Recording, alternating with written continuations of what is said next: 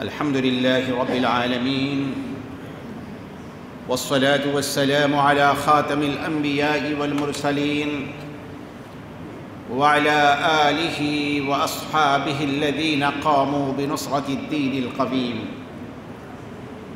ومن استنى بسننه إلى يوم الدين وعلينا معهم يا أرحم الراحمين.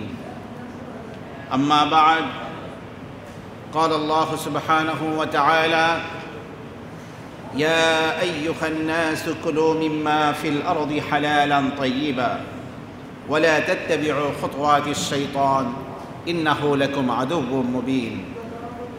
وقال تعالى: هو الذي جعل لكم الأرض ذلولا فامشوا في مناكبها وكلوا من رزقه وإليه النشور. وقال رسول الله صلى الله عليه وسلم: إن الله يحب المؤمن المحترف أو قال ما معنى.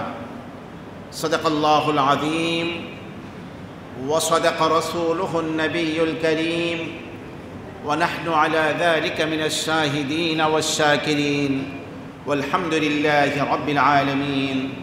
سبحانك لا علم لنا إلا ما علمتنا إنك أنت العليم الحكيم. اللهم صل على محمد وعلى آل محمد كما صليت وسلمت وباركت على إبراهيم وعلى آل إبراهيم إنك حميد مجيد. اللهم بارك على محمد وعلى آل محمد كما باركت على إبراهيم وعلى آل إبراهيم إنك حميد مجيد. حسبنا الله ونعم الوكيل، نعم المولى ونعم النصير، وأفوض أمري إلى الله إن الله بصير بالعباد.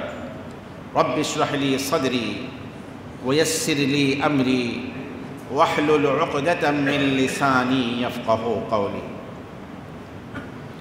সর্বপ্রথম আমরা আল্লাহ সুবহানাহু ওয়া তাআলার শাহী দরবারে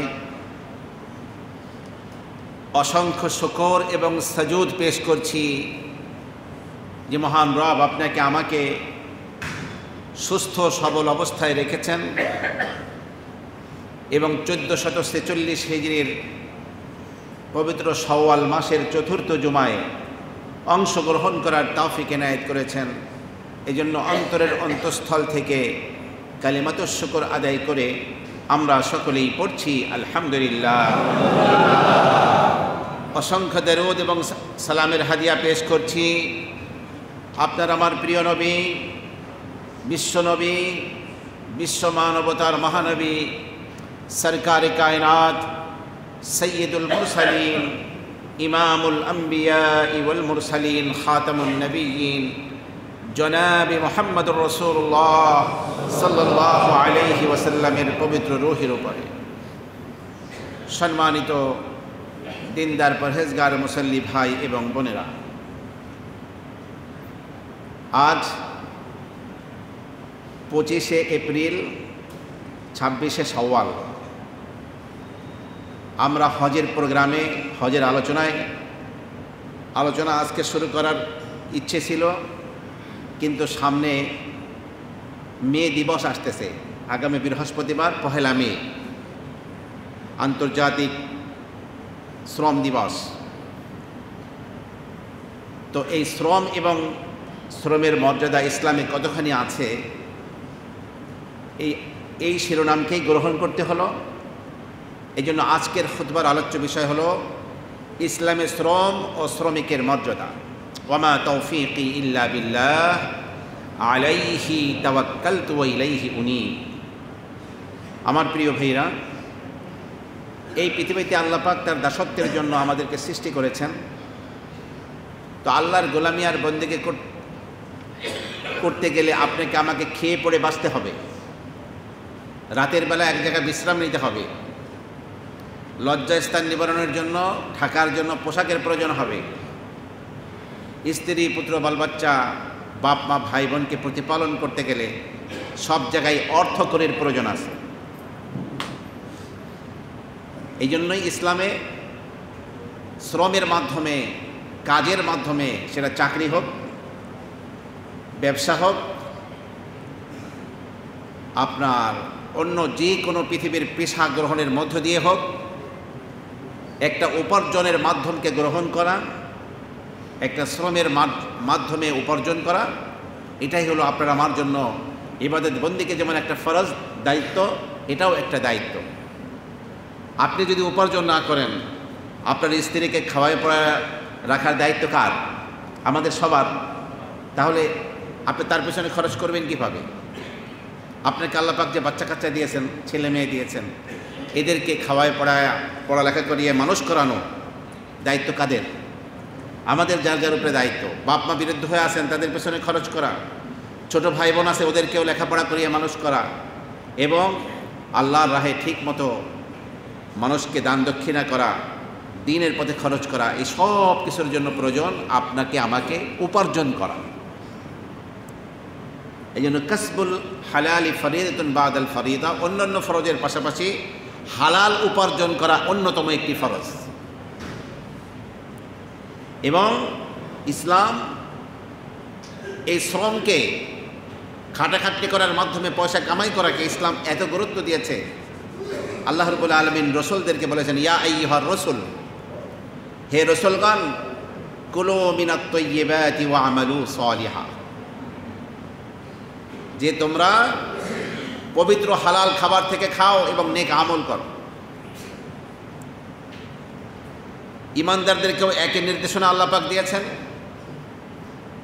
হালাল উপার্জন খেতে। এরপরে আল্লাহ পাক বলেছেন, হুয়াল্লাযী জাআলা লাকুমুল আরদা যালুলান, যে আল্লাহ হচ্ছেন সেই সত্তা যিনি এই ভূপৃষ্ঠকে, জমিনকে তোমাদের অনুগত বানিয়ে দিয়েছেন। ফামশু ফি মানাকিবিহা, তোমরা জমিনের কাঁধে ভর করে দুনিয়ায় বিচরণ করো, উপার্জনের জন্য ছড়িয়ে পড়ো। অকুলু মির রিজকিহি, আল্লাহর রিজিক থেকে তোমরা খাও। ওয়া ইলাইহিন নুশুর, তারই কাছে তোমাদের পুনরুত্থিত হতে হবে, তার কাছেই তোমাদের ফিরে যেতে হবে। রাসূলুল্লাহ সাল্লাল্লাহু আলাইহি ওয়াসাল্লাম ইরশাদ করেছেন, ইন্নাল্লাহা ইউহিব্বুল মুমিনাল মুহতারিফ, যে আল্লাহ পাক পেশাজীবী ইমানদার ব্যক্তিকে আল্লাহ পাক ভালোবাসেন। তো শ্রমের মাধ্যমে কামাই রুজি করা, এটাই হলো শ্রেষ্ঠতম বিষয়। আল্লাহ পাক এই শ্রমজীবীকে, মানুষকে ভালোবাসেন যারা কষ্ট করে নিজের উপার্জনের মাধ্যমে কামাই করে তারা খাওয়া দাওয়া করে। সে কামাইয়ের পয়সা দিয়ে বাচ্চার পেছনে খরচ করে, স্ত্রীর পেছনে খরচ করে, মাতা পিতার পেছনে খরচ করে, নিজের হাত দিয়ে কষ্ট করে কামাই করে, তারপরে তারা দুনিয়ায় চলে। আমার প্রিয় ভাইরা, হাদিসে পাক ইরশাদ হয়েছে যে ইসরাফিলের সিংগায় ফুৎকার দেওয়া হচ্ছে, দুনিয়া এখনই লণ্ডভণ্ড হয়ে যাবে। তো কিয়ামত তো হঠাৎ করে আসবে। এক ব্যক্তি সেই সময় একটা খেজুরের ছোট চারা লাগাচ্ছিল। আল্লাহ নবী বলেন, ফাইন ইসতাতাআ আল্লা তাকুমা হাত্তা ইয়াগরিসাহা ফালিয়াগরিসহা, সে যদি পারে যে সে কিয়ামত কায়েম হওয়ার আগেই তার সেই খেজুর গাছের চারাটি সে লাগাবে, তারপরে কিয়ামত তার উপরে আসবে, যদি পারে এটা করবে।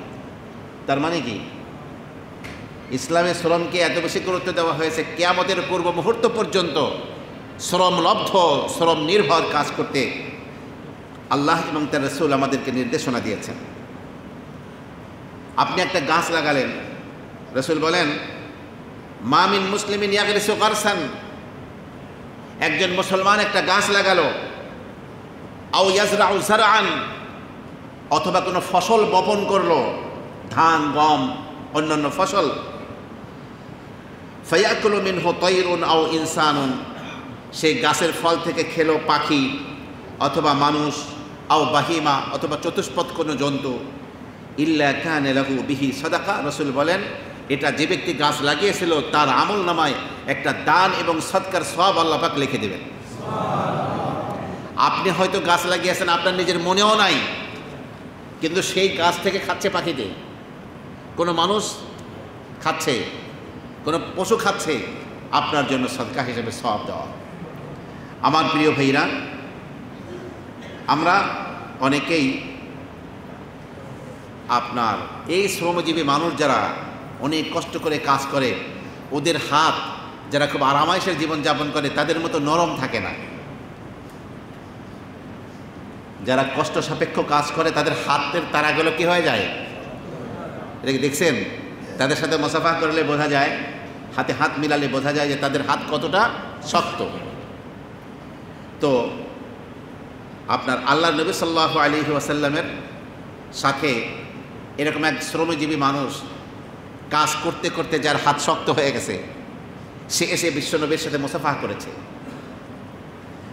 তো নবী করিম সাল্লাল্লাহু আলাইহি ওয়াসাল্লাম তখন তাকে বললেন যে হাদিহি ইয়াদুন ইউহিব্বুহা আল্লাহু ওয়া রাসূলুহু, এই যে ভাই তোমার এই যে কষ্ট করতে করতে, শ্রমলব্ধ কাজ করতে করতে তোমার হাত, কাজ করতে করতে হাত যে শক্ত হয়ে গেছে, আল্লাহ এবং তার রাসূল এই হাতকে ভালোবাসে। আমাদের বাংলাদেশকে যে আমরা হতদরিদ্র রাষ্ট্র হিসেবে চিহ্নিত করি, আমাদের বাংলাদেশের যদি 18 কোটি মানুষ থাকে তাহলে 36 কোটি হাত আমাদের আছে। এই 36 কোটি হাতকে যদি আমরা অলসতা না করে আমরা কাজের হাত বানাই, শ্রমের হাত বানাই, তাহলে আমরা পৃথিবীর অনেক বড় একটা শক্তি, অনেক বড় একটা পাওয়ার আমরা। আর অলস হয়ে বসে থাকলে সেই জাতি দিয়ে কোনো কাজ হয় না। আমার প্রিয় ভাইরা, এখন বলবেন দুনিয়ার জন্য কামাই করা এটাও কি ইসলাম উৎসাহিত করেছে? এতটা উৎসাহিত করেছে। দেখুন হযরত আলী রাদিয়াল্লাহু আনহুর প্রখ্যাত একটি বক্তব্য আছে। হযরত আলী বলেন, ই'মাল লিদুনিয়াকা কাআন্নাকা তাঈশু আবাদা, তুমি তোমার দুনিয়ার জন্য এমনভাবে কাজ করো কেমন যেন তুমি এই দুনিয়ায় চিরকাল থাকবা। কি বলেছেন?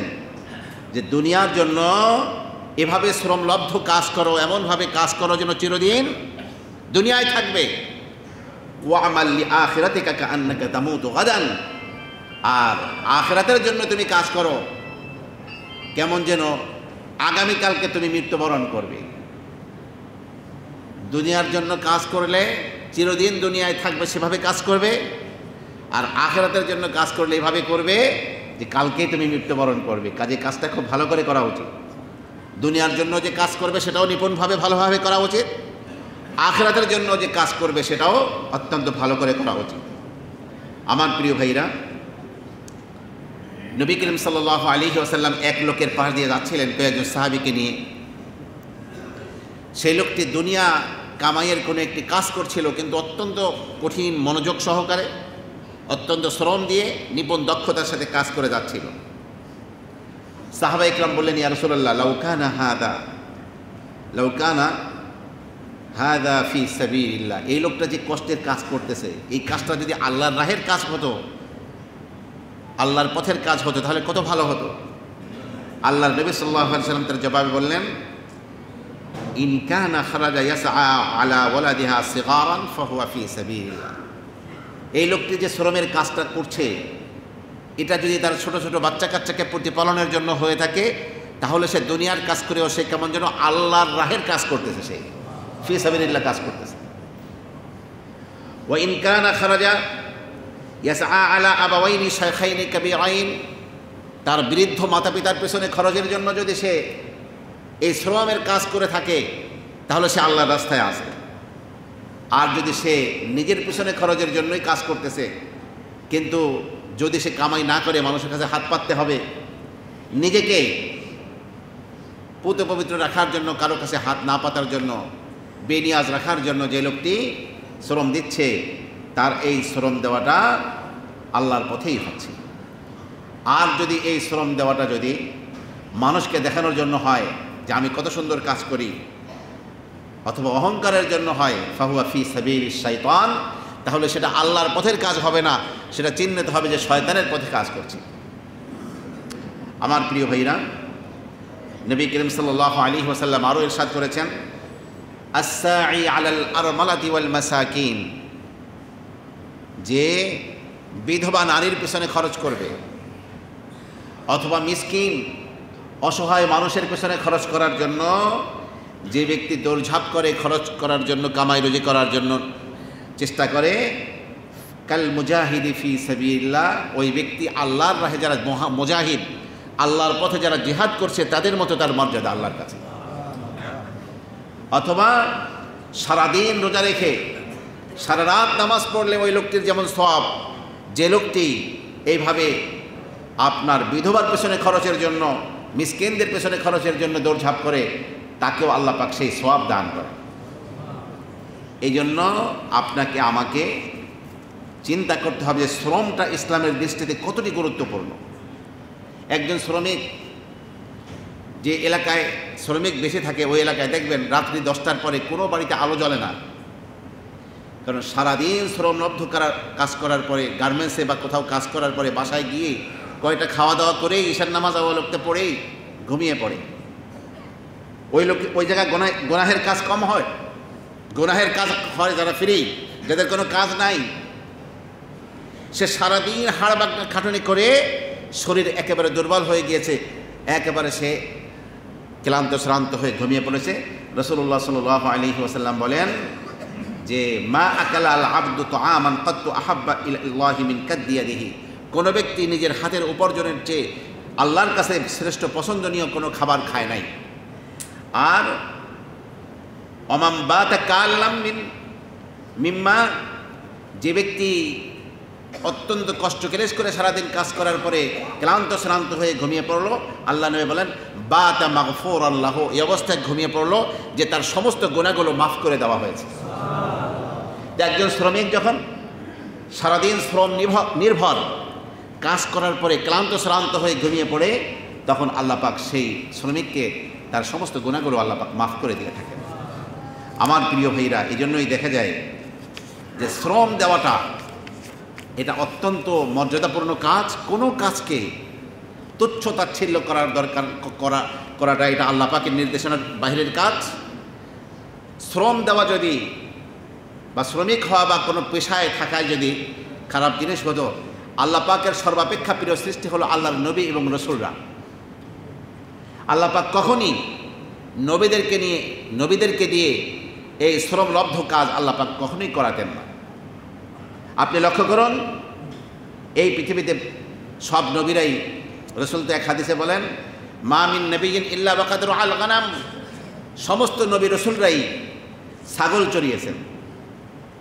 আপনার আমার প্রিয় নবী বিশ্বনবী 8 বছর বয়সে দাদা মারা যাওয়ার পরে যখন চাচা আবু তালেবের কাছে আসলেন, তিনি ভাবলেন চাচা এমনি সমাজের নেতা, তার বাড়িতে সবসময় মেহমান লেগেই থাকে, আমি আর একটা মানুষ তার গলগ্রহ হয়ে তার উপরে চাপ অর্থনৈতিক সৃষ্টি করে কেন এভাবে থাকবো, আমি কিছু উপার্জন করে চাচার হাতে তুলে দেই, চাচার সহযোগিতা হবে। এই জন্য মক্কা মুকাররমার কিছু লোকদের অল্প কিছু পয়সার বিনিময়ে আল্লাহর নবী ছাগল চড়িয়েছেন। আমার প্রিয় ভাইরা, এইভাবে মুসা আলাইহিস সালাতু ওয়াস সালাম মিশর থেকে বের হয়ে মাদায়েনে গেলেন। হযরত শোয়েব আলাইহিস সালাতু ওয়াস সালামের সাথে কথা হলো। শোয়েব আলাইহিস সালাতু ওয়াস সালাম বললেন, আমার বাড়িতে তুমি যদি 10 বছর রাখালি করতে পারো অথবা 8 বছর রাখালি করতে পারো, আমার এই 2টি মেয়ের একটি মেয়ে তোমার সাথে বিয়ে দিবে। আল্লাহ পাক এই জয়ীল কদর পয়গম্বরকে এমন অবস্থা করিয়েছেন, তাফসীর কারকরা বলেন 8 বছর না, আল্লাহর নবী মুসা 10 বছর যাবৎ এই শ্বশুরের বাড়িতে রাখাল হিসেবে কাজ করেছেন। আর শ্বশুরও যেন তেন ব্যক্তি না, তিনি হচ্ছেন কে? আল্লাহর পয়গম্বর হযরত শোয়েব আলাইহিস সালাতু ওয়াস সালাম। তো তাওরাতের অধিকারী নবী, আল্লাহ পাকের প্যারা নবী হযরতে মুসা কালিম, তিনিও কি করছেন? ছাগল চড়িয়েছেন। এই ছাগল নিয়ে, সেই ছাগল চড়ানো লাঠি নিয়ে তিনি যখন স্ত্রীকে নিয়ে রাতে বাড়িতে ফিরছিলেন মিশরে, তখনই সন্তান সম্ভবা স্ত্রীর প্রসব বেদনা উঠল। তিনি আগুন তালাশ করতে গিয়ে তুর পাহাড়ের উপরে উঠে তালাশ করতে গেলেন, আগুন পেয়ে গেলেন, তিনি নবী হয়ে গেলেন। তার নবুয়ত যখন পাচ্ছেন, তখনও তার হাতে কি? ছাগল চড়ানোর, মেষ চড়ানোর লাঠি তার হাতে। আমার প্রিয় ভাইরা, যে শ্বশুরের কাছে তিনি এই 10 বছর ছিলেন, রাখালি করেছেন যারখানে থেকে, তিনি নিজের শোয়েব আলাইহিস সালাতু ওয়াস সালাম, যাকে খাতিবুল আম্বিয়া বলা হয়, নবীদের মধ্যে বক্তা নবী বলা হয়, সেই নবী নিজেও রাখালি করেছেন।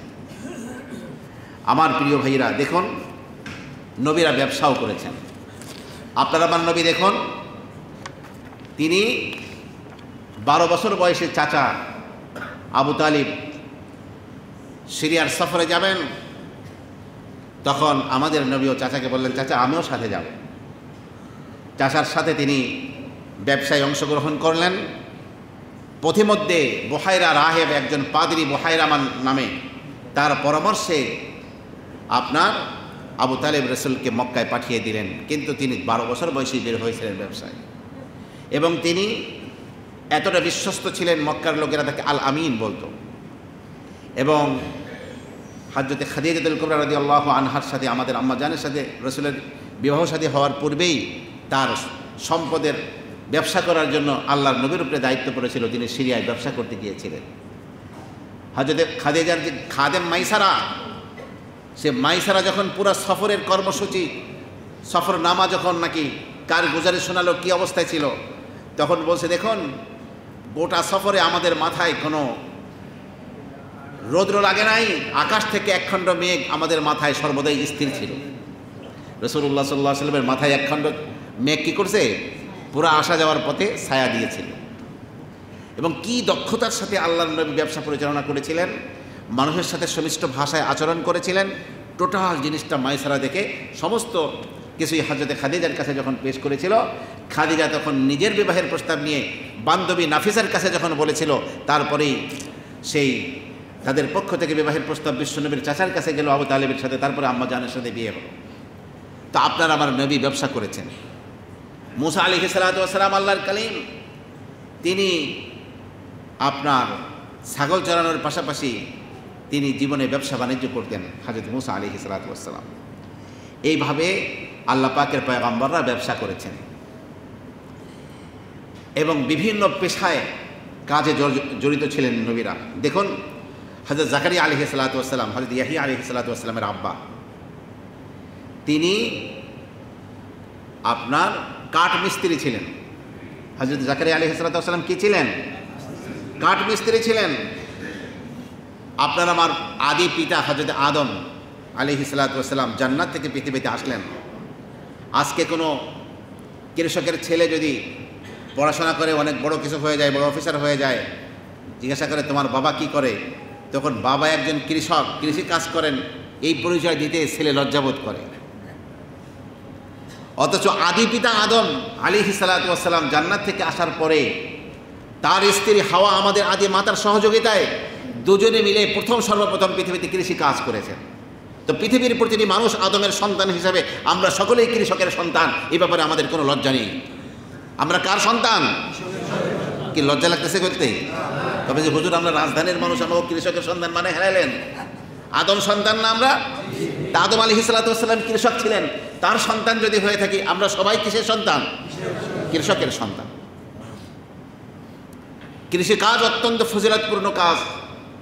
আপনি জমিনকে চাষাবাদ করবেন, সেখানে ফসল বপন করবেন, সে ফসল হবে, দেশের মানুষ, সকল মানুষ খাবে, আপনার পরিবার খাবে, এটা অনেক বড় ইবাদত আপনার জন্য।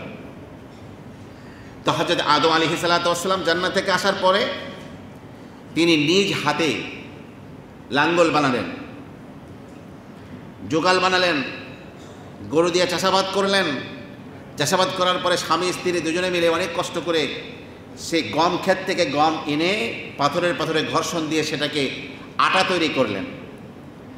পাহাড়ের নিচ থেকে পানি এনে সেই আটার খামিরা করা হলো এবং সেই আটার খামিরা দিয়ে পাথরে ঘর্ষণ দিয়ে আগুন জ্বালিয়ে সেই আটা সেকলেন। আটা দিয়ে রুটি বানিয়ে সেটাকে সেকলেন, এরপরে স্বামী স্ত্রী খেলেন।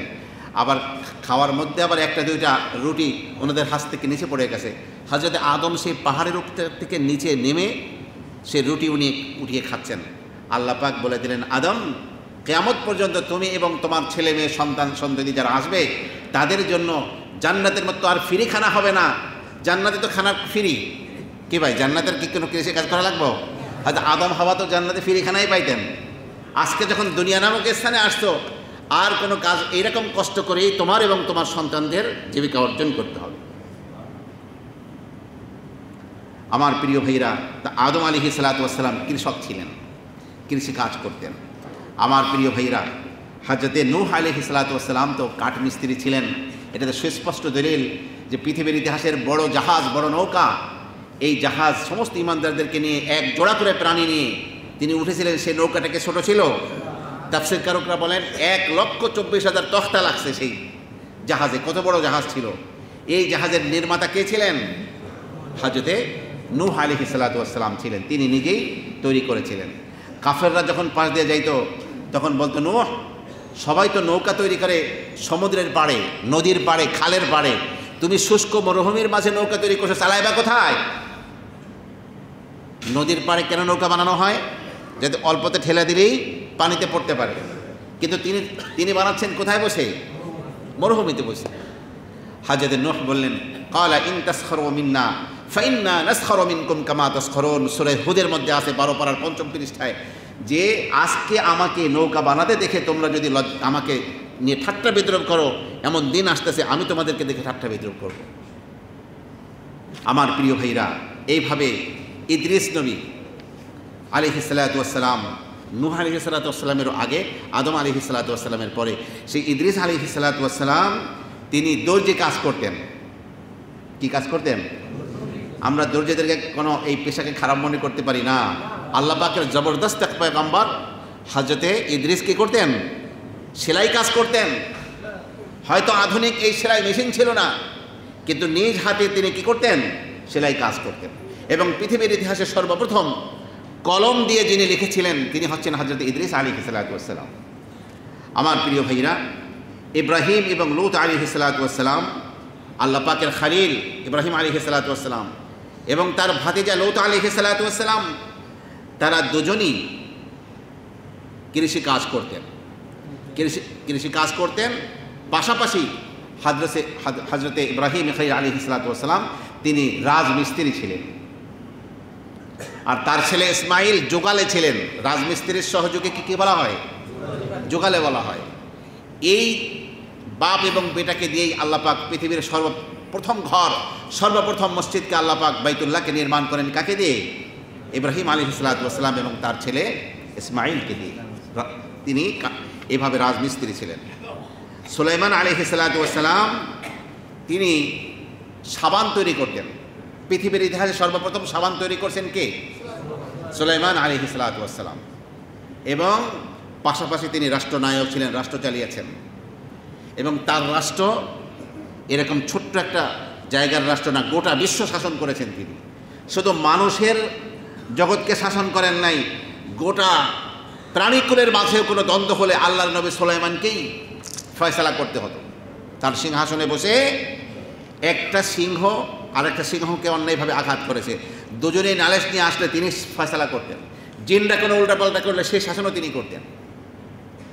আল্লাহ পাকের কাছে তিনি দরখাস্ত করেছিলেন, রব্বি হাবলি মুলকান লা ইয়ানবাগি লি আহাদিন মিন বা'দি। হে আল্লাহ, আমাকে এমন এক রাষ্ট্র ক্ষমতা দান করুন আমার পথে পরে আর কারো জন্য সেটা শোভনীয় হবে না। আল্লাহ পাক সেই বিশাল রাজত্বের মালিক রাষ্ট্রীয় ক্ষমতা দিয়েছিলেন কাকে? সুলাইমান আলাইহিস সালাতু ওয়াস সালামকে। আমার প্রিয় ভাইরা, দাউদ আলাইহিস সালাতু ওয়াস সালাম কানা আ'বাদাল বাশার। এই পৃথিবীতে সবচেয়ে বেশি ইবাদত গুজার ব্যক্তি ছিলেন হযরত দাউদ আলাইহিস সালাতু ওয়াস সালাম। মুসলিম শরীফের হাদিস। তিনি রাষ্ট্রনায়ক হওয়ার পরে রাষ্ট্রের পক্ষ থেকে সবাই মিলে পরামর্শ দিয়ে ভাতা নির্ধারণ করলো। রাষ্ট্রের পক্ষ থেকে একটা ভাতা দেওয়া হতো, সেটা দিয়েই তার পরিবার নিয়ে দিন গুজরান করতেন। তো তিনি কিভাবে রাষ্ট্র চালাচ্ছেন, কোনো ত্রুটি আছে কি না, ছদ্মবেশ ধারণ করে মানুষের মাঝে গিয়ে গিয়ে বলতেন, আচ্ছা বর্তমান শাসক দাউদ লোকটা কেমন? সবাই বলতো ভালো, তিনি আল্লাহ পাকের নবী, জবর কিতাবের অধিকারী এবং তার মতো কণ্ঠ পৃথিবীতে কারোই নাই, সর্বদিক থেকে ভালো, আমাদের পছন্দনীয়। একদিন তিনি ছদ্মবেশে এক লোকের সাথে কথা বললেন। সেই লোকটা মানুষ ছিল না, সে ছিল ফেরেশতা। সেই লোকটা কি ছিল? কথা কি বুঝতেছেন? শুনতেছেন নাকি ঘুম আসতেছে? অনেকের কিন্তু মসজিদে আইলে ঘুমায়। দাউদ আলাইহিস সালাতু ওয়াস সালাম যখন বললেন দাউদ লোকটা কেমন, তখন ওই মানুষরূপী ফেরেশতা তখন বললেন যে উনি সর্বদিক থেকে ভালো, আল্লাহ পাকের জবরদস্ত নবী রসুল, সারা দিন রাত ইবাদত বন্দেগী করেন, রাষ্ট্রকে এত সুন্দর পরিচালনা করেন, সব ভালো। কিন্তু তিনি তো রাষ্ট্রের পক্ষ থেকে ভাতা নিয়ে চলেন, রাষ্ট্র কিছু টাকা দেয়, সেটা দিয়ে দিন গুজরান করেন। তিনি যদি এটা না করে নিজে এমন কোনো কাজ করতেন যে কাজ দিয়ে তার সংসার চলে, রাষ্ট্রীয় কাজগুলো সব ফ্রি করবেন আর ওখান থেকে তার দিন গুজরান হবে। যদি এমন কিছু হতো ভালো হতো।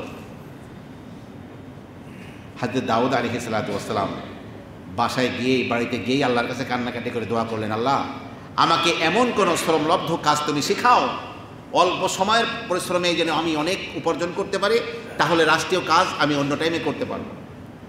আল্লাহ পাক বলেন, ওয়া আলান্না লাহুল হাদিদ, আমি আমার দাউদের জন্য লোহাকে নরম বানিয়ে দিলাম।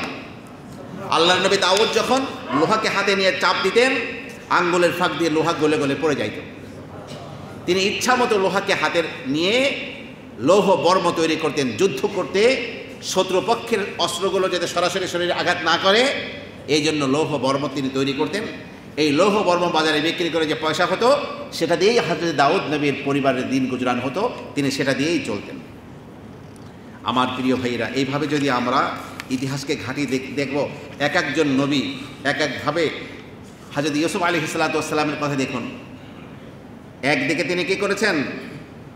তিনি আপনার রাষ্ট্রীয় ক্ষমতা পেয়েছেন, স্বপ্নের ব্যাখ্যা জানতেন তিনি। এবং যখন বাদশাহ স্বপ্ন দেখল বিশাল কাহিনী, তখন হযরত ইউসুফ স্বপ্নের শুধু ব্যাখ্যাই করলেন না, কিভাবে ওই অবস্থায় রাষ্ট্র পরিচালনা করতে হবে, অর্থ কিভাবে সামাল দিতে হবে, জমিগুলোর কিভাবে ব্যবস্থা গ্রহণ করা হবে, সব ব্যবস্থাপনা রাষ্ট্রপতিকে, রাষ্ট্রনায়ককে তিনি বলে দিলেন জেলখানা থেকে এসে। রাষ্ট্রনায়ক বলল, এই বিশাল কার্যধারা আমাকে কে করে দেবে, হায় আমি তো একা পারবো না। তখন নিজেকে কোনো দায়িত্বে দেওয়ার জন্য দরখাস্ত করা এটা ঠিক না, কিন্তু আল্লাহর নবী ইউসুফ চিন্তা করলেন সামনে 7 বছর পরে যে দুর্ভিক্ষ আসতেছে, গোটা বিশ্বব্যাপী দুর্ভিক্ষ, ওই সময় আল্লাহ পাকের ভালো ব্যবস্থা না করতে পারলে আল্লাহ পাকের বহু বান্দা মারা যাবে। তখন তিনি বললেন, ইজআলনি আলা খাজাইনিল আরদ ইন্নী হাফিজুন আলিম, আমাকেই এই জমিন তদারকি করার দায়িত্ব ভূমিমন্ত্রী, পাশাপাশি অর্থ মন্ত্রণালয়ের দায়িত্বে আমার হাতে দিয়ে দিন। ইন্নী হাফিজুন আলিম, আমি সংরক্ষক এবং এ ব্যাপারে আমার ভালো জ্ঞান আছে। কারণ আজিজ মিসরের বাড়ি বিশাল দিন তিনি ছিলেন, আজিজ মিসরের অর্থ এবং ভূমিমন্ত্রী ছিলেন। তিনি কিভাবে এইগুলা চালিয়েছিলেন, সেই প্রশিক্ষণটা হযরত ইউসুফের, সে জুলাইখার ঘরে থেকেই, জুলাইখার স্বামী আজিজ মিসরের ঘরে থেকে সব শিক্ষা গ্রহণ করেছিলেন। আজকে সেই দায়িত্ব গ্রহণ করে যখন বসলেন, পরিস্থিতি এমন হলো যে গোটা মিশরের রাষ্ট্রনায়ক তিনি হয়ে গেলেন, তিনি মিশরকে চালিয়েছেন। আমার প্রিয় ভাইরা, দাউদ আলাইহিস সালাতু ওয়াস সালাম, সুলাইমান আলাইহিস সালাতু ওয়াস সালাম, ইউসুফ আলাইহিস সালাতু ওয়াস সালাম এবং আপনার আমার প্রিয় নবী বিশ্বনবী মুহাম্মদ রাসূলুল্লাহ সাল্লাল্লাহু আলাইহি ওয়াসাল্লাম, তারা সকলেই দেশ শাসন করেছে। এই জন্য দেশের শাসনজনিত কোনো আলোচনা যদি পৃথিবীর কোনো ইমাম বা খতিব করে অথবা কোনো মাহফিলে করে, আর যদি বলেন কোনো রাজনৈতিক আলোচনা চলবে না, শুধু পরকালের কথা কইবেন, মাটির নিচের জগতের কথা, মাটির উপরের জগৎ দিয়ে আপনাকে দায়িত্ব না। যাদের নবী 10 বছর শাসন করছে, যাদের নবীরা বিশ্ব শাসন করছে, তাদেরকে যদি এই কথা বলা হয়, কোরআনকে শুধুমাত্র কবরের জগতের লেগে আসছে না, দুনিয়া নির্মাণ করার জন্য আসছে? বলেন, এগুলো বুঝেই কাফের বেঈমানরা পৃথিবী শাসন করতেছে, আর কোরআন সব জায়গা থেকে আমরা সরিয়ে ফেলেছি। আমরা আসুন, আপনার আমার নবী মানুষকে শ্রমের প্রতি উৎসাহিত করার জন্য কি করেছেন? রাসূলুল্লাহ সাল্লাল্লাহু আলাইহি ওয়াসাল্লাম, হযরত আবু দাউদ এবং ইবনে মাজাহ শরীফের হাদিস, একজন আনসারী সাহাবী আল্লাহর নবীর কাছে এসে কিছু চাইলেন। নবী করিম সাল্লাল্লাহু আলাইহি ওয়াসাল্লাম বললেন, এই তুমি এভাবে চাচ্ছ কেন? কামাই রুজি করো না?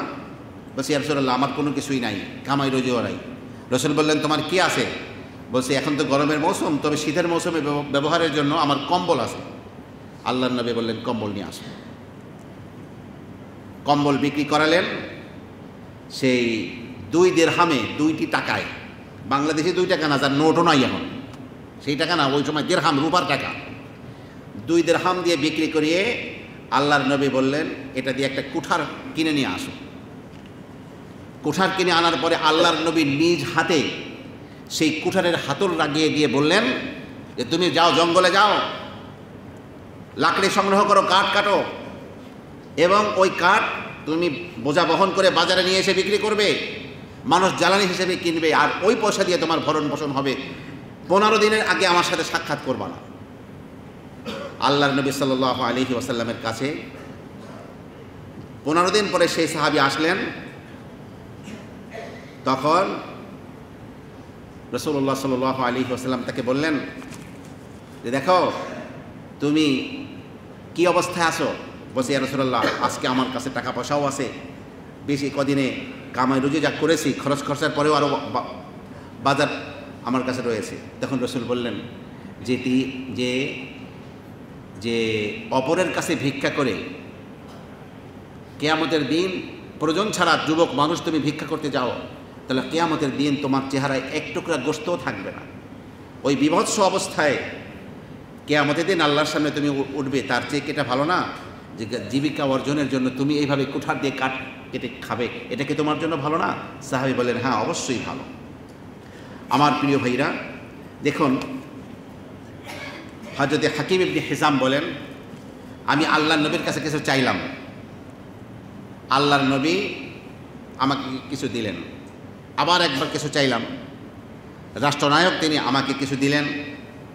এইভাবে তৃতীয়বার যখন চাইলাম তখন দিলেন, কিন্তু একটা কথা বললেন তৃতীয়বার, দেখো দুনিয়ার এই সম্পদ দেখতে মনোমুগ্ধকর, খুব আকর্ষণীয়,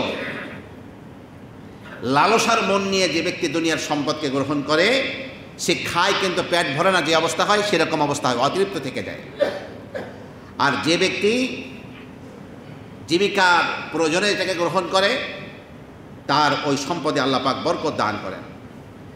হাকিম জেনে রাখো, আল ইয়াদুল উলিয়া খায়রুম মিন ইয়াদিস সুফলা, দাতার হাত গ্রহীতার হাতের অপেক্ষা উত্তম। উপরের দিকে থাকে কার হাত?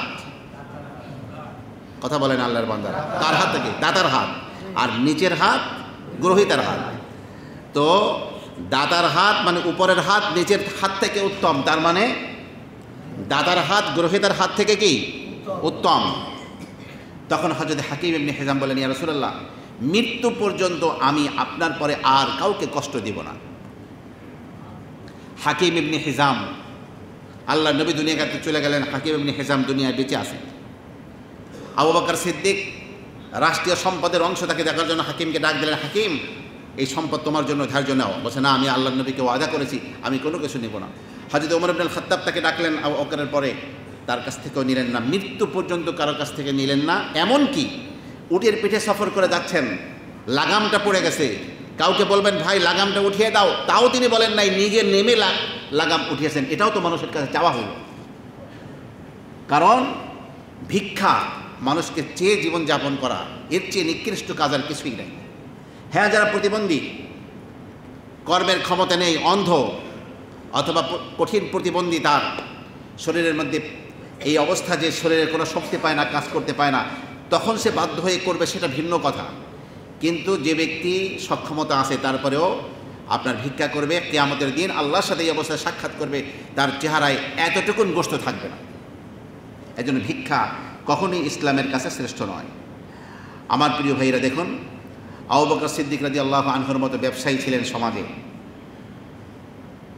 এবং আরও অনেকগুলো ব্যবসায়ী মক্কা মুকাররমায় ছিলেন, মদিনা মুনাওয়ারাও ছিলেন। কিন্তু আল্লাহর নবী তার সবচেয়ে প্রিয়তম কন্যা ফাতেমাতুজ জাহরা, ফাতেমার চেয়ে প্রিয় আল্লাহর নবীর দুনিয়াতে কেউ ছিল না আল্লাহর পর। ফাতেমাকে তুলে দিলেন কার হাতে? শ্রমজীবী একজন আলীর হাতে। আলী রাদিয়াল্লাহু আনহু পরের বাড়িতে কাজ করে কামলা খেটে যে পয়সা পাইতেন, সেটা নিয়ে বিশ্বনবীর মেয়েকে নিয়ে তিনি ঘর সংসার করেছেন। তো আল্লাহর নবী নিজের সন্তানকে, প্রিয়তমা কন্যাকে কোনো ব্যবসায়ীর হাতে তুলে না দিয়ে একজন শ্রমজীবী মানুষের কাছে তুলে দিলেন। আমার প্রিয় ভাইরা, হযরত ওমর ইবনে খাত্তাব খলিফা হওয়ার পরে মক্কা মুকাররমা থেকে বদরে জান নামক এক পাহাড়, এক ময়দানের পাশ দিয়ে যাচ্ছেন, বিশাল বড় ময়দান। তিনি তার স্মৃতি রোমন্থন করে বলছেন, ছোটবেলায় এই মাঠে আমি উট চড়াতাম, একেবারে নর্মাল একটা নিচে পড়তে পারে, উপরে গেঞ্জের মতো গায়ে দিতে পারে এমন একটা পোশাক পরে আমি রাখালি করতাম। যদি ক্লান্ত হয়ে একটু বাবলা গাছের ছায়ার নিচে একটু হেলান দিয়ে ঘুম যেতাম, আমার বাবা খাত্তাব এসে চাবুক দিয়ে আমাকে সপাং পিটান দিয়ে বলতো, কী ব্যাপার, বেশি আরাম প্রিয় হয়ে গেছো? আর আজকে পৃথিবীতে আমার সামনে কথা বলার মতো আল্লাহ পাক কাউকে রাখেন নাই, আমার উপরে কোনো বিচারক পৃথিবীতে নাই। আমার প্রিয় ভাইয়ের আসুন, আবু হুরায়রা রাদিয়াল্লাহু তাআলা আনহু একজন শ্রমজীবী মানুষ ছিলেন। আব্দুল্লাহ ইবনে মাসউদ মক্কায় তিনি ছাগল চড়াতেন, উট চড়াতেন, ভেড়া চড়াতেন। আল্লাহ পাক তাকে এই উম্মতের সবচেয়ে বড় ফকিহ, মাসলা মাসাইল সম্পর্কে পারদর্শী সাহাবী হিসেবে আল্লাহ পাক তাকে কবুল করেছেন। এই জন্য আমার প্রিয় ভাইরা, এই গরিব দুঃখী মানুষের সাথে, শ্রমিক শ্রেণীর মানুষের সাথে চলতে অনেকে লজ্জাবোধ করে। অনেকে নিজের মিল ফ্যাক্টরির মালিকের লোকজন, মালিকেরা, তারা নিজের শ্রমিকের সাথে একই দস্তরখানে বসে খানা খেতে লজ্জাবোধ করে। বুঝতে হবে যাদের এই চরিত্র, তারা ইসলাম থেকে হাজার হাজার মাইল দূরে আছে। শ্রমিকের সাথে একই সাথে বসে দস্তরখানে খানা খাবে, এটাই ইসলাম চায়। আর আমরা হিন্দুদের পাশে থেকে এতটা অচ্ছুত নিজেদেরকে বানিয়ে ফেলেছি যে আমাদের বাড়ির কাজের ছেলে মেয়েরা আমাদের সোফা সেটে বসতে পারবে না। তুই কাজের মেয়ে, তুই আমাদের সোফা সেটে বসবি কেন? তুই নিচে বসবি। ডাইনিং টেবিলে গিয়ে আপনি খাচ্ছেন, আপনার বাচ্চারা খাচ্ছে, আপনার কাজের মেয়ে এত কষ্ট করে মাথার গাম পায়ে ঠেলে এই খাবারগুলো তৈরি করলো, সবকে ধোয়া মশা করলো, সে কি একটু বসে খেতে পারে না? কিন্তু আপনি আমি তো কাজের মানুষ, আবার সোফায় এই টেবিল চেয়ারে বসে খাবে। তো আপনি আমি যেটা খেতে পারি তাদেরকে আমরা খেতে দিতে চাই না কেন? তাহলে বোঝা গেল আমাদের মধ্যে ইসলামের শিক্ষা এখনও আসেনি। তাই আসুন, এই শ্রমিক এবং মালিকের সম্পর্ক কী হবে ইসলামের দৃষ্টিতে? আপনার আমার প্রিয় নবী বিশ্বনবী মুহাম্মদ রাসূলুল্লাহ সাল্লাল্লাহু আলাইহি ওয়াসাল্লাম বলেন, হুম ইখওয়ানুকুম, যেই মানুষগুলো তোমার অধীনে চাকরি করছে এরা তোমাদের ভাই, আর যে মেয়েগুলো শ্রম দিচ্ছে এরা তোমাদের বোন। জাআলাহুমুল্লাহু তাহতা আইদিকুম, আল্লাহ সুবহানাহু ওয়া তাআলা এদেরকে তোমাদের অধীনস্থ বানিয়ে দিয়েছেন। তো আল্লাহ পাক চান যে সে কি করবে, ফালিয়াতি'মহু মিম্মা ইয়াকুল, তাকে ওই খাবার খাইতে দেবে যেই খাবার সে নিজে খায়, ওই পোশাক পরতে দেবে যেই পোশাক সে নিজে পরে, এবং যেই কাজ সে করতে পারে না, এমন সাধ্যাতীত, তার সাধ্যের বাহিরের কোনো কঠিন কাজ তার উপরে চাপিয়ে দেওয়া যাবে না। যদি কখনো বাধ্য হয়ে চাপাতে হয়, নিজে অন্যান্য শ্রমিক দিয়ে সাহায্য করে নিজেও সেখানে সহযোগিতা করবে তাকে। আল্লাহ নবী সাল্লাল্লাহু আলাইহি ওয়াসাল্লামের এই হাদিসের আলোকে, বুখারী শরীফের হাদিস, যে একজন মুসলমানের সাথে আরেকজন মুসলমান পরস্পর ভাই, এই ভাইটা যদি শ্রমিকও হয় তাহলে সেও একজন মালিক আর শ্রমিক পরস্পরকেই আপন দুই সহোদর ভাইয়ের মতো। সুতরাং দুই ভাইয়ের মাঝে যে সম্পর্ক থাকে, শ্রমিক এবং মালিকের মাঝে সেই সম্পর্ক থাকতে হবে। এক। দুই নম্বর, খাওয়া পরা প্রবৃত্তি, মৌলিক প্রয়োজন পূরণের মান মালিক এবং শ্রমিকের উভয় হতে হবে। এখন বলবেন, হুজুর আমরা মিল ফ্যাক্টরির মালিক, হাজার কোটি টাকার মালিক, আর আমাদের শ্রমিকরা বেতন পায় 10-12 হাজার 14 হাজার, সমান হবে কেন খাবার মান? আপনার এই ফ্যাক্টরিকে চালিয়ে এই হাজার কোটি টাকার উপার্জনের ব্যবস্থা হচ্ছে কার রক্তের বিনিময়? শ্রমিকের রক্তের বিনিময়। কাজে সেই মূল্যায়ন তাকে আপনাকে করতে হবে। সময় এবং কাজ উভয় দিক দিয়েই সাধ্যাতীত কোনো কাজের বোঝা শ্রমিকের উপরে চাপিয়ে দেওয়া যাবে না। যদি বেশি শ্রমলব্ধ কাজ করাতে হয়, প্রয়োজনে সেই অনুপাতে তাকে সাহায্য করতে হবে। হযরতে শোয়েব আলাইহিস সালাতু ওয়াস সালাম যখন হযরতে মুসার সাথে কথা বলছিলেন, 10 বছর বা 8 বছর রাখালি করবা, আমার এক মেয়েকে বিবাহ দিব বললেন, তখন বললেন, ওমা উরিদু আন আশুক্কা আলাইক, মুসা আমি তোমার উপরে কোনো কঠোরতা আরোপ করতে চাই না। সাতাজিদুনি ইনশাআল্লাহু মিনাস সালিহিন, অচিরেই তুমি একজন আমাকে ভালো মানুষ হিসাবে পাবে। একজন মালিকের এই আচরণই শ্রমিকের সাথে হওয়া উচিত। এখন আসুন, মালিকের উপর শ্রমিকের অধিকার। 1 নম্বর অধিকার, শ্রমিকের যুক্তিসঙ্গত মজুরি নির্ধারণ করা। এই মজুরি নির্ধারণ ক্ষেত্রে পুঁজিবাদী ধনতন্ত্র রাষ্ট্রগুলো, তাদের সিস্টেম হলো, বাজারের চাহিদা যার বেশি, মনে করুন শ্রমিক পাওয়া যাচ্ছে না, এই টাইমে শ্রমিকের বেতন বেশি হবে, কিন্তু অ্যাভেলেবেল শ্রমিক পাওয়া যাচ্ছে, তখন দেখা যায় যার বেতন হওয়া দরকার ছিল 15,000, তাকে বলে 5,000 টাকায় করবা, 7,000 টাকায় করবা, কারণ তুমি না করলে আরও 10 জন আছে দাঁড়িয়ে। এটা হলো পুঁজিবাদী সিস্টেম, ইসলাম এটা বলে নাই।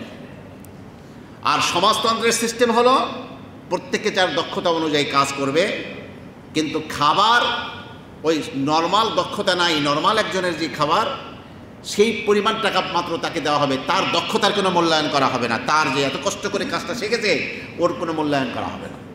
ইসলাম এই একটাকেও স্বীকার করে না। ধনতন্ত্র পুঁজিবাদী সিস্টেম অর্থনৈতিক, এটাকেও ইসলাম স্বীকার করে না। কমিউনিজমের এই অবস্থাও ইসলাম স্বীকার করে না। ইসলাম বলে যে এমন মজুরি দিতে হবে যার দ্বারা পরিবেশ চাহিদা এবং জীবনযাত্রার স্বাভাবিক মান অনুযায়ী শ্রমিকের প্রয়োজন পূর্ণ হয়, সাথে সাথে তার দক্ষতারও মূল্যায়ন করা হয়। এমন পারিশ্রমিক, এমন বেতন শ্রমিককে দিতে হবে।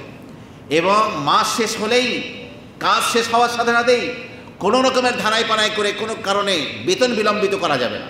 কারণ ইসলামের মূল কথা হলো, রসুল বলেন উতুল আজিরা ক্বাবলা আন ইয়াজাফা আরাকুহু, তার ঘাম শুকানোর আগে তার পারিশ্রমিক তার হাতে বুঝিয়ে দেবে। গ্রামগঞ্জের মানুষেরা দেখা যায় কামলা নেয়, মানুষকে খাটনির জন্য বাড়িতে কাজের মানুষ নেয়। এইভাবে একদিন কিষান দিবে, একজন কিষান নেয়। যখন কাজ শেষ হয়ে গেল তখন বলে কি, এই হাটে বসা পয়সা নিও, হাটে বসা, গ্রামে তো হাট থাকে। এখন সে বেচারা গরিব, তার গ্রামে কিন্তু মাছ বেশিক্ষণ থাকে না, ভালো মাছগুলো দ্রুত প্রথমে বিক্রি হয়ে যায়, সন্ধ্যাবেলায় পচা চিংড়ি মাছ ছাড়া কিছুই থাকে। তো এই মালিক আবার যে কাজে নিয়েছিল, সে তার সুপারি নারকেল বিক্রি করে পয়সা বানায়, তারপর ওদেরকে দেবে। যখন তাকে টাকাটা হাতে দেয় সন্ধ্যাবেলায়, তখন বাজারে আর কিছুই নাই, হাটে কিছুই নেই। না, এটা ইসলামের শিক্ষা না। ইসলামের শিক্ষা হলো, তোমার এইগুলো সুপারি নারকেল আগে বিক্রি করে টাকা রেডি করে রাখবা। তুমি বাড়িতে যাদেরকে কামলা খাটিয়েছো, ওদের ঘাম শুকানোর আগেই তাদের হাতে চকচকে নোটগুলো দিয়ে দিবা। তারা তাদের মন মতো বাড়িতে গিয়ে খাওয়া দাওয়া করে হাটে গিয়ে তাদের প্রয়োজনীয় জিনিসগুলো কিনে ফেলবে। এই জন্য দেরি করে পারিশ্রমিক দেওয়া এটা ইসলামের বিধান না। ইসলামের বিধান হচ্ছে ঘাম শুকানোর আগে শ্রমিককে কী করতে হবে, তাদের পারিশ্রমিক বুঝিয়ে দিতে হবে। আমার প্রিয় ভাইরা, কাজের প্রকৃতি নির্ধারণ করতে হবে। মনে করেন যেই কাজের জন্য আপনি শ্রমিককে নিয়োগ করেছেন, আপনি অন্য কোনো কাজে তাকে লাগালেন, যেই কাজটি সে করতে চায় না এবং চুক্তি হয় নাই, আপনি সেই কাজ লাগাতে পারবেন না। এরপরে অধিকতর সুবিধার জন্য সে অন্য ফ্যাক্টরিতে যাবে, অন্য জায়গায় যাবে, এই সুযোগ তাকে দিতে হবে। কারণ আপনার এখানে 10 বছর থাকলেও তার 1000 টাকাও বেতন বাড়বো না, কিন্তু অলরেডি 5-10 হাজার টাকা বেতন দিয়ে আর এক ফ্যাক্টরিতে সে যাইতে পারে, তাকে আপনার সেখানে চলে যাওয়ার সুযোগ দিতে হবে। শ্রমিককে এমন স্থানে রাখা যাবে না যাতে তার স্বাস্থ্যহানি ঘটে। মালিককে শ্রমিকের স্বাস্থ্যের প্রতি লক্ষ্য রাখতে হবে। শ্রমিকের শিক্ষা দীক্ষা লাভের অধিকার রয়েছে। সে তার 8 ঘন্টা ডিউটির পরে সে যদি শিক্ষা দীক্ষা অর্জন করে নিজের ক্যারিয়ারকে নিজের আরও আগাতে চায়, সেই সুযোগ দিতে হবে। বাকি শিক্ষার খরচ মালিকের দেওয়া দায়িত্ব না, শিক্ষার ব্যবস্থা, এটার ব্যবস্থা হলো রাষ্ট্রের উপরে দায়িত্ব। আমার প্রিয় ভাইরা, ফ্যাক্টরিতে যেখানে কাজ করছে শ্রমিক, সেখানে কোনো ক্ষতি হলো, সেই ক্ষতির বোঝা শ্রমিকের ঘাড়ে চাপানো যাবে না। শ্রমিক তার শ্রমকে দিয়ে আসছে পুরা টাইম, এখন মাসের শেষে বেতন দেওয়ার সময় আপনি বলবেন আমার ফ্যাক্টরিতে লস গেছে, আমি বেতন দিতে পারবো না, এটা চলবে না। তাকে তার ঠিকমতো বেতন দিতে হবে, সে তো শ্রম দিয়েছে। শ্রমিকের চাকরির নিরাপত্তা থাকতে হবে। কথায় কথায় শ্রমিক ছাঁটাই, এটা চলবে না। এবং মজুরি নির্ধারণ করতে হবে। মজুরি নির্ধারণ করা ছাড়া আপনার আমার কোনো কাজে কাউকে নিয়োগ দেওয়া, এটা অনেক বড় কঠিন অবস্থায় পড়ে যায়। দেখুন, হঠাৎ করে ডাক দেখা, এই রিক্সা যাবে, যখন যাবে বলছে তখন তার আসতে আপনি উঠটা বহে, কোন দিক যাবে এটার জিগায় না, তখন জিজ্ঞাসা করে কই যাব।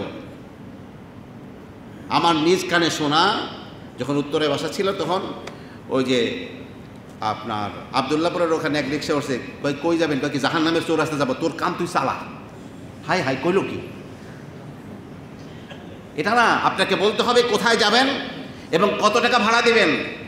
ভাড়ার চুক্তির পরে আপনি রিক্সায় গিয়ে উঠবেন। এই রিক্সা যাবে বলে উঠে চাপে বসবেন, আপনি দেবেন 20 টাকা, ওই কইব 50 টাকা ভাড়া, তখন লাগবে কেবার। এই জন্য রাসূলুল্লাহ সাল্লাল্লাহু আলাইহি ওয়াসাল্লাম নিষেধ করেছেন আন ইস্তিজারিল আজির, কোনো শ্রমিককে নির্ধারণ করতে হাত্তা ইউবাইয়িনা লাহু আজরুহু, যতক্ষণ না তার পারিশ্রমিক স্পষ্ট করে বলা হয়, তার আগে কোনো কাজে কাউকে রাখা যাবে না। এই জন্য যেই কাজগুলোতে আপনার এই পারিশ্রমিক দেওয়া নির্ধারণ করা জরুরি, সেই কাজগুলো একটু শুনি আমরা। কাঠ মিস্ত্রি এবং জোগালে, আপনি যে কাঠ মিস্ত্রিকে নিয়োগ দেবেন আপনার বাড়িতে টেবিল বানাইতে, শোকেস বানাইতে, এই কোন মানের কাঠ মিস্ত্রি, তাকে কত টাকা দিতে হবে স্পষ্ট করে বলবেন, এত টাকা তোমাকে দিতে হবে। মিস্ত্রিকে এত টাকা, জোগালেকে এত টাকা স্পষ্ট করতে হবে। রাজমিস্ত্রি এবং তার জোগালে, রং মিস্ত্রি, বিল্ডিংয়ে যে রং করা হয় তার জোগালে, দর্জি, টেইলার, রাখাল এবং কামলা, বাসার কাজের ছেলে মেয়ে, দোকান কর্মচারী, রিক্সা, ভ্যান, ক্যাব, ট্যাক্সি, ভাড়ার গাড়ি, কুলি, বাবরচি, স্যানিটারি মিস্ত্রি, পাইপ মিস্ত্রি, ঝাড়ুদার, মেথর, নাপিত, ধোপা, মুচি, খেয়াও নৌকার মাঝি এবং ল্যাব তোষক যারা ঠিক করে তাদের মজুরি, এই সব মজুরিগুলো তাদের কাছ থেকে শ্রম নেওয়ার পূর্বেই আপনাকে আমাকে কী করতে হবে? নির্ধারণ করতে হবে যে সে একটা ল্যাব আপনার এটা ধোনায়া বানাই দেবে, কত টাকা নেবে, তার পারিশ্রমিক স্পষ্ট হতে হবে। ইসলামী সরকার বৃদ্ধ, পঙ্গু, অসুস্থ, অসহায় এদের ভরণ পোষণের দায়িত্ব রাষ্ট্রের।